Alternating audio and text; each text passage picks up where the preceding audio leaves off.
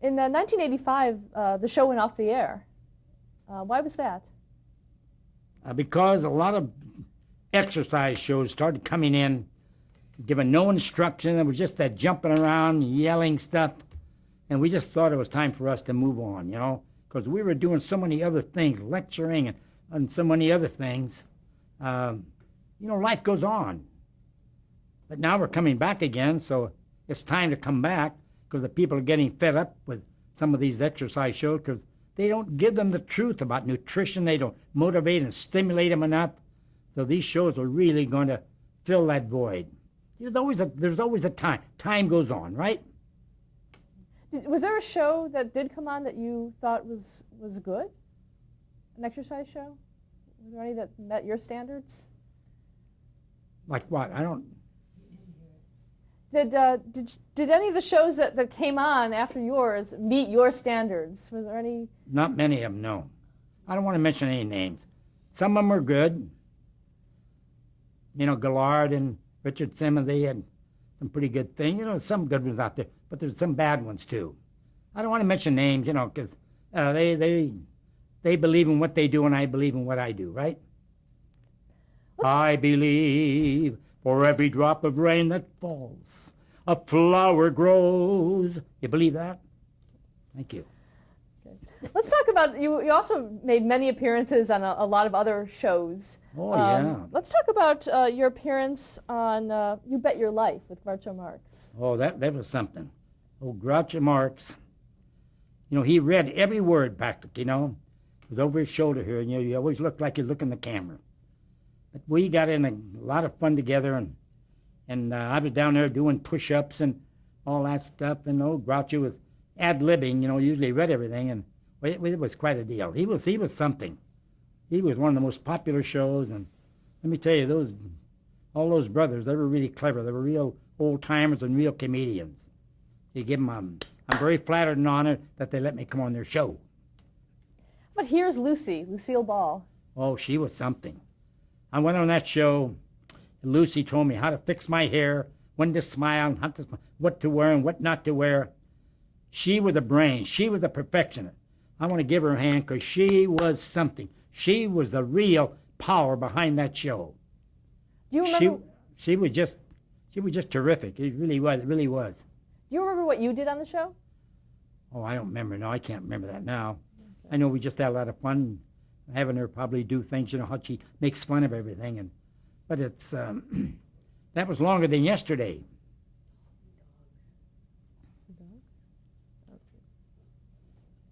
Oh, yeah. Elaine just handed me a note that said, dogs. The what? Elaine handed me a note that said, dogs. It had to do with dogs, the Lucy show. That's okay. Okay, Ed Sullivan. Ed Sullivan. I don't even remember that much about that show. What about him? I don't. Ed Sullivan. I don't. Okay. You know how long ago that was? Got it. Okay. Yeah. You did a voiceover on The Simpsons. Oh, The Simpsons. Let me see about The Simpsons. Well, that was Homer, huh? Yeah. Well, yeah, Homer was out on a boat, out in the ocean, and the boat was sinking. So they called Jack LaLanne in to come and save him. So I swim out there, and I put a rope on the bow of the boat, and I start swimming, and I pull the bow of the boat off, and the boat sinks. That was really funny. I'll never forget, they gave me a beautiful jacket and a bunch of stuff that I still wear, That's a good show. And I happen to remember that because that was so funny. You just appeared on Life with Bonnie. Oh, yeah, that's coming up.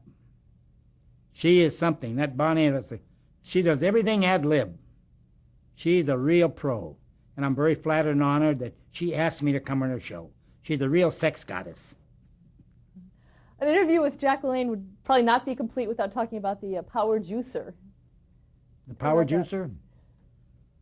Let me tell you, of all the things that I've ever done in my life, that Power Juicer is the most successful, and we are helping hundreds and hundreds of thousands of people. It's one of the most successful things that's ever been on television. We're in every country. I did a half-hour infomercial up in Toronto, and this infomercial being in France, Germany, England, China, and I'm speaking French here and I'm speaking German, voiceover coming out of my mouth. Oh, that thing is incredible. See, the doctors want you to have 5 pieces of fresh fruit every day, right? And 5 raw vegetables. How many people do it? With my juicer, you can put a whole potato there, whole apple, whole orange, whole tomato. In 25 seconds, it's done. Boom. See, you're helping people to help themselves. How many people, right now, how many of you out there had 5 raw vegetables yesterday, 5 pieces of fresh fruit? Think about it. People don't do that. Everything is cooked and heated, processed. You wonder why people are fat, why they're sick. They're putting the wrong fuel in this human machine. You got to see. Remember, these 80 trillion cells in your body. They're alive. They're vital. You got to put live, vital food there. You got to work at living. As I've said, if I'm repetitive, I meant to. But then to get something over, you got to keep repeating it. 2 and 2 is 4. You got to put live. You don't have to eat everything raw. I'm not saying that, but you've got to have the right proportion, right? Everything. You need roughage. You need your protein, you need your carbohydrate, your starches, your sugar, your fat. You need a little thing of everything. And the number of calories are predicated on how much exercise you do. If you exceed the feed limit, you better make sure you exercise more. The only way you lose weight, if you need 2,000 calories a day to keep your weight constant, if you want to lose weight, you're going to have to eat less than 2,000, right? If you want to gain, you eat more than 2,000. The 2 and 2 is 4. It's all arithmetic. As I said before, we're all the same, but we're all different. Talk about filming those infomercials. How are those done? I love it. You know why? Because I know I'm helping people. I'm telling the truth. I'm giving them a kick in their backside. Hey, wake up, do something for the most important person on this earth, you. So many people, they think, well, I'll get it for my uncle, my friend, do it for you. What good are you if you're not here? What good are you if you've only got half your energy and your vitality, you're laid up with arthritis and rheumatism, and you're sick and you're fat and you're tired? You're no good for yourself. You're no good for anybody else. You've got to do something for you. It's just amazing. Miracles, the miracles you read in the Bible, those biblical times, You take some fat person and you take 50 pounds off them. That's a miracle, isn't it? You take a 90-year-old person, you double her strength and double her endurance. That's a miracle. The miracles weren't just in biblical times. The miracles are now, right today. What advice? And you make them happen. God gives you the power. Remember, you believe in God, or there's got to be an omnipotent power. You got to believe. Do you think that man could ever make a instrument like your heart that's indestructible? That heart goes on forever practically. Do you think man could ever make anything like your brain? Do you think man could ever make anything like your body? The only way you hurt your body is don't use it. Like I have we just got her a new Cadillac, right? Now that Cadillac, the more she drives it, the quicker it wears out. Isn't that correct? The human body, the less you use it, the quicker it wears out. The only way you get the human body, you got to use it, use it, use it. See this nature that put us together? We are fearfully and wonderfully made, as I said earlier, believe it. You're also a spokesperson on television for the Door Arthritis Institute. The Arthritis Institute? That is terrific. Dr. Dorr and all his organization are doing terrific. They operate on both my knees. I had both my knees done. I started out in football.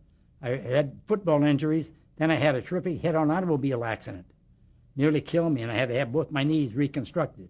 And they're perfect now. See, thank God again for the modern miracles that are happening with the medical profession. They're doing heart transplant, kidney transplant, all the things they're doing. And I'm waiting for a transplant for my brain, my wife, her brain, so she doesn't forget her glass and her gloves when we go out to eat. Isn't life great? I love life and I want to live. Do you watch a lot of television? Absolutely. I love television. I do. I love reading. I like anything that gets my little brain working. Your brain's like your muscle. Don't use it and it gets stagnant.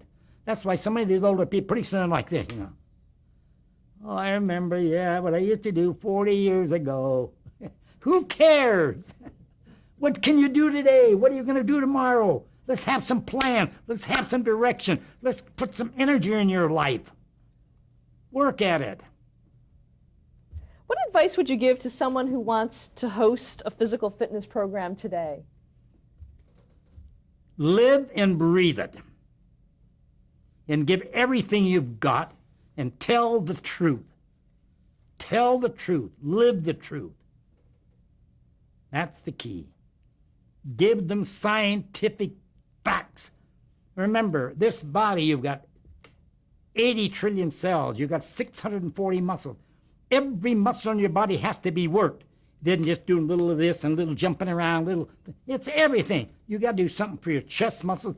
Look at your muscle in your face. Look at that. See? That's where people get their double chin and they don't work those muscles. And the muscles in your fingers and your toes and all this, and it needs work. And so anybody comes out with a television show, make sure that they're working. Oh, they're giving you strength work, giving you flexibility, and some aerobics. And about nutrition, as I've said a billion times, if man makes it, don't eat it. Not just as a rule of thumb. Cakes, pies, candy, ice cream, soda pop, all this junk. And slack down on things that come from a cow. You are not a suckling calf. There are more people that are in trouble using too much ice cream, whole milk, cream, butter, cheese, all made out of whole milk. All this fat, fat, fat. Think about it. Name me one creature on this earth that uses milk after they're weaned. Man, right? He only lives about half his lifespan. But it's getting there. Worth living. I'm repeating myself, but anything that's good, it's worth repeating. And another thing I want to tell you folks, the big secret I learned, I've been in this profession over 70 years now. Never inhale and exhale at the same time. I understand that Denise Austin is one of your students. Denise Austin, she's a wonderful gal. She tells the truth. She practically preaches, and she knows how to make money. She's very successful. She's very glib and articulate. I like those older women. I learned a lot from her.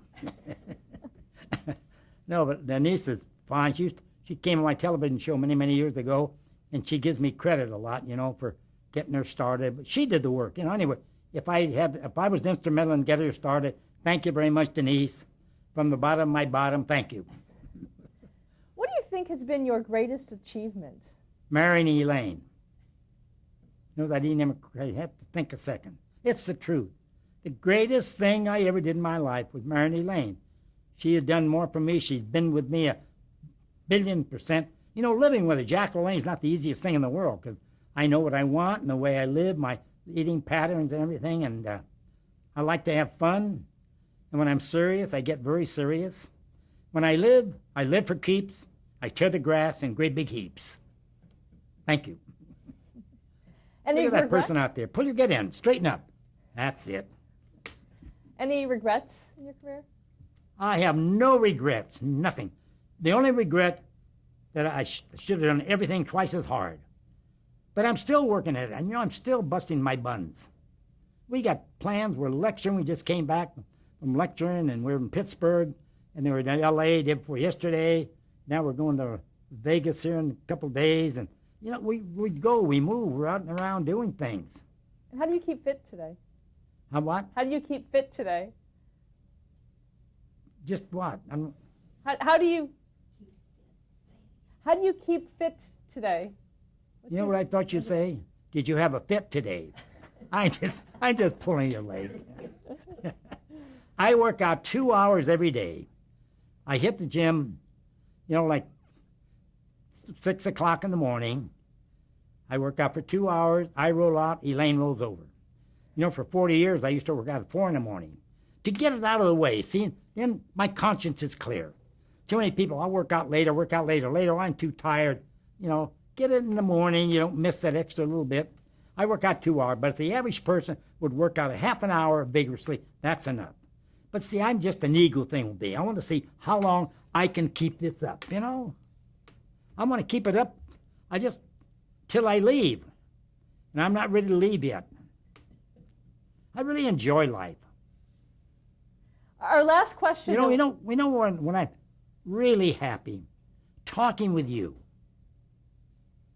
I'm talking to you at home. Yeah, you thought I was talking to you. I was talking to you. You, right, you. That's, yeah. Thank you for letting us come into your home. Me, not so much. Our last question is, how would you like to be remembered? I never think of that. If I do, I want to... Here's a man who practiced what he preached. That's a great answer. Thank you so much for sharing your story. Remember, God helps them that help themselves. Help you. May I tell you something? You did a great interview, and I'm very flattered and honored. Thank you. That's for you. And for you out there, that's for you. No, for you guys, this. For you girls, this. I don't want to get the wrong idea here. And don't lose your sense of humor and keep up working out. Remember, if man makes it, don't eat it. Thank you. That was great.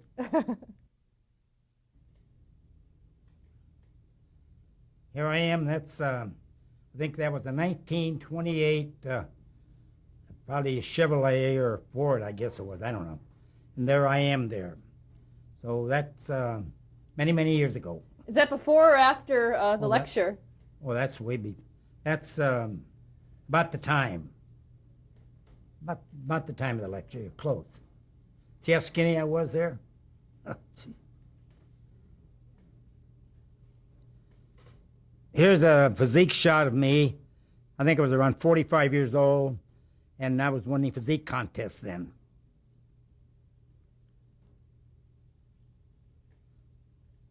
Here's a picture of me. I'm doing my television show. I'm running in place, and this had to be, I don't know, maybe in 56 or 7 or 8, around there somewhere. I know you all remember Lucille Ball. She was very, very famous. And I was on her show with my dog Happy the star. I'll never forget Lucille Ball, boy. She told me how to dress, how to fix my hair, how to walk, how to talk. She was a real pro. She really knew what she was doing, and I want to give her a terrific ovation wherever she is, and I know she'll be up there. Here I am with my 2 dogs. That's Happy and Smiley. That was one of his puppies. I'll never forget one of the dogs that Happy sired. We wanted to have a name for it, so we asked anybody that would submit a name for the dog. We'd sent that person a whole weekend for 2 people, all expenses paid in Las Vegas. And some girl in UCLA, a 19-year-old girl, sent in the name Walter. We all love to exercise regularly, and that's how we got the name of Walter, one of my German shepherds. Thank you. There I am with my wife and my personal physical instructor, my manager, and my mentor, and my lover. Without Elaine, I'd be a big nothing. Look at how fat she is and how fat I am. That shows we practice what we preach. Thank you. So Ready? Jack, who do you have with you? Hi. You know, this is my lovely bride. We've been together over 50 years. And you know the secret? She's always right. This is Elaine. Hi. You know, my name is LaLanne, and a lot of people have trouble saying Elaine. I mean LaLanne. Jack says, just call her La. That's La. And so I'm just La. LaLanne. We're sitting here in one of my gyms.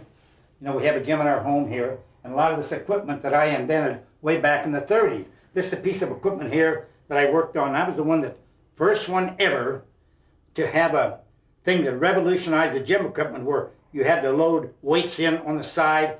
Now I just take this little pin and you put it here. You can put 200 pounds, 50, 60, whatever you want. And the weight, whatever you want, see? That revolutionized everything. And I never had anything patented. I was lucky to stay in business. Anyway, that's so. I will show you how this works, Elaine. Oh, okay. All right.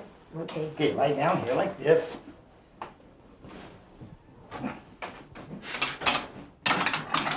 Now this is terrific here. For your upper chest, you turn the elbows wide, like this.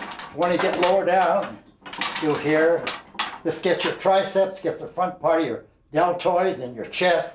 Great for you women to get rid of your flabby arms, and it develops your chest muscles to keep your breasts from injuring your knees. See how that works? You know, I want to butt in here a minute and say that this is a universal piece of equipment, and but Jack had the very first leg extension machine, as he said before, but these are more modern innovations of some of his concepts.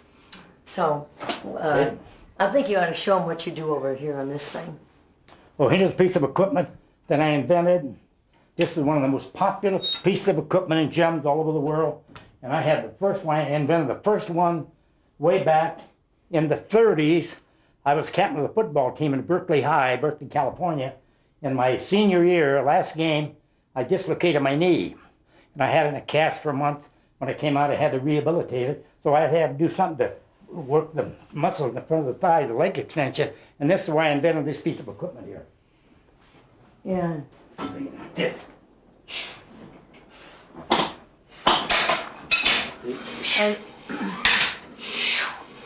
Just all on your thighs here. And you can make it any weight you want. Then, if you want to get the back of the legs, you just lie face down and you do curls for the back of your legs. Well, I think maybe later on that they could come into the gym where they have the real ones and they can show You're going to show them that good. I can show them that. The real prototype. So, why didn't you patent your invention? I had no idea about the things were going to become that popular. In those days, I was struggling to pay my rent. You know, I wasn't thinking about patents on this and that. I was thinking about how can I make my students happier by giving them more equipment to work their muscles from a different angle. That's all I was thinking about. Help my students and staying in business. All he wanted to do is pay his bills, and he didn't think about those things in those days. People didn't think about patents. They weren't savvy to those kinds It was survival. you know, in those Things days. changed. But if you were really savvy, you might. Here's another piece of equipment. I had the first one of this ever, and this is another integral part of all the gyms today. You take this here and you put it down behind your head this way. You do it in the front here, this. And you do things with the back of your arms this way. And again, the weight selector that I invented, you can make it any weight you want. See?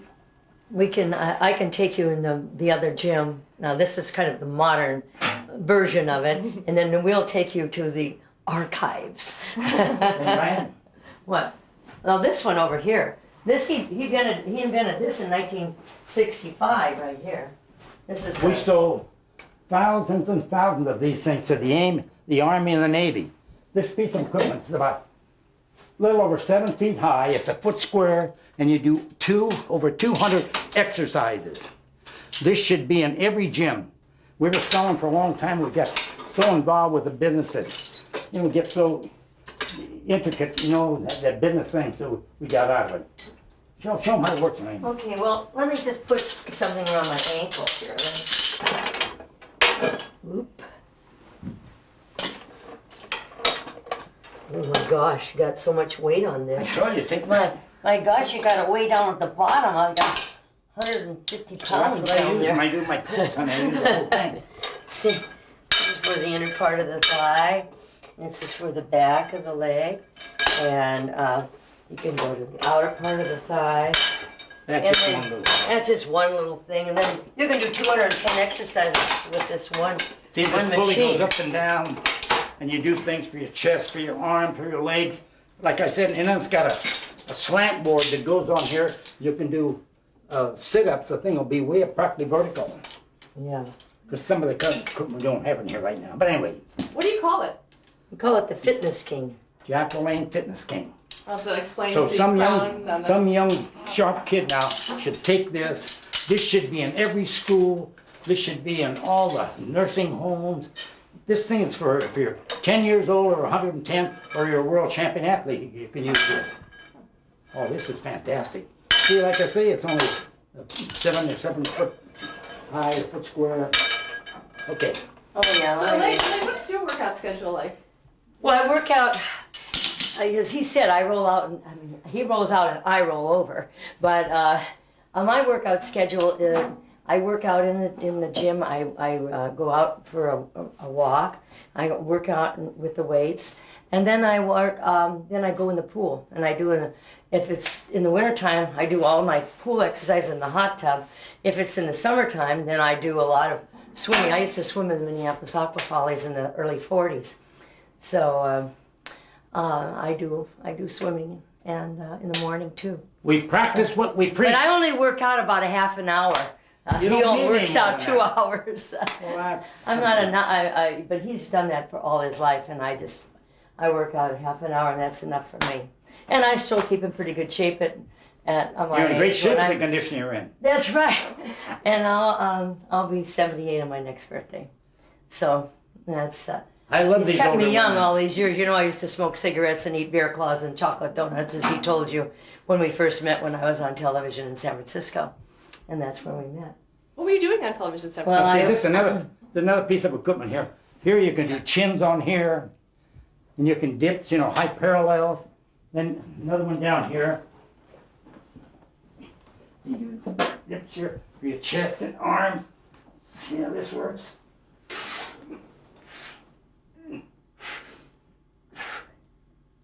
Got a nice little workout there. Well, you asked me a question what I was doing on television. I was what they called in those days a Girl Friday, but today I would be a co-host. But not only did I co-host or appear on the show, I produced the whole hour-and-a-half show 5 days a week, and I appeared on it. I got all the guests. I started in television when it was in 1948. I did one of the very first commercials for butternut bread, and I used to go up to the transmitter to do that live every day. And then we did live shows when I went on television for the hour-and-a-half show on KGO-TV, ABC. Les Malloy Show, it was called, and we had the 12-piece orchestra. And I got a lot of. I had. Pieces. Well, you thought it was 15, but it's only 12. Anyway, I've had guests on like Barbara Stanwyck. I've had J.C. Penney when he was alive.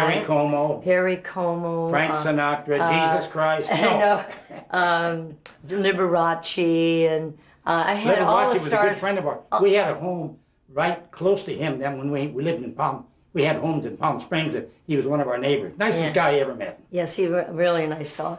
Anyway, we had a lot of stars that would come to San Francisco, so we'd have them on, just like they do And I'm today. glad this star married me. Yeah, it's just like we do today. I mean, there isn't any difference. I brought on horses, I brought on cows, I brought on everything after the transmitter. So it's pretty much what they do on the Today Show or You Tonight said you brought Show. on horses, and Yes, I did. And then you brought on a jackass when you brought me yeah, on. I did. Were you responsible for bringing Jack?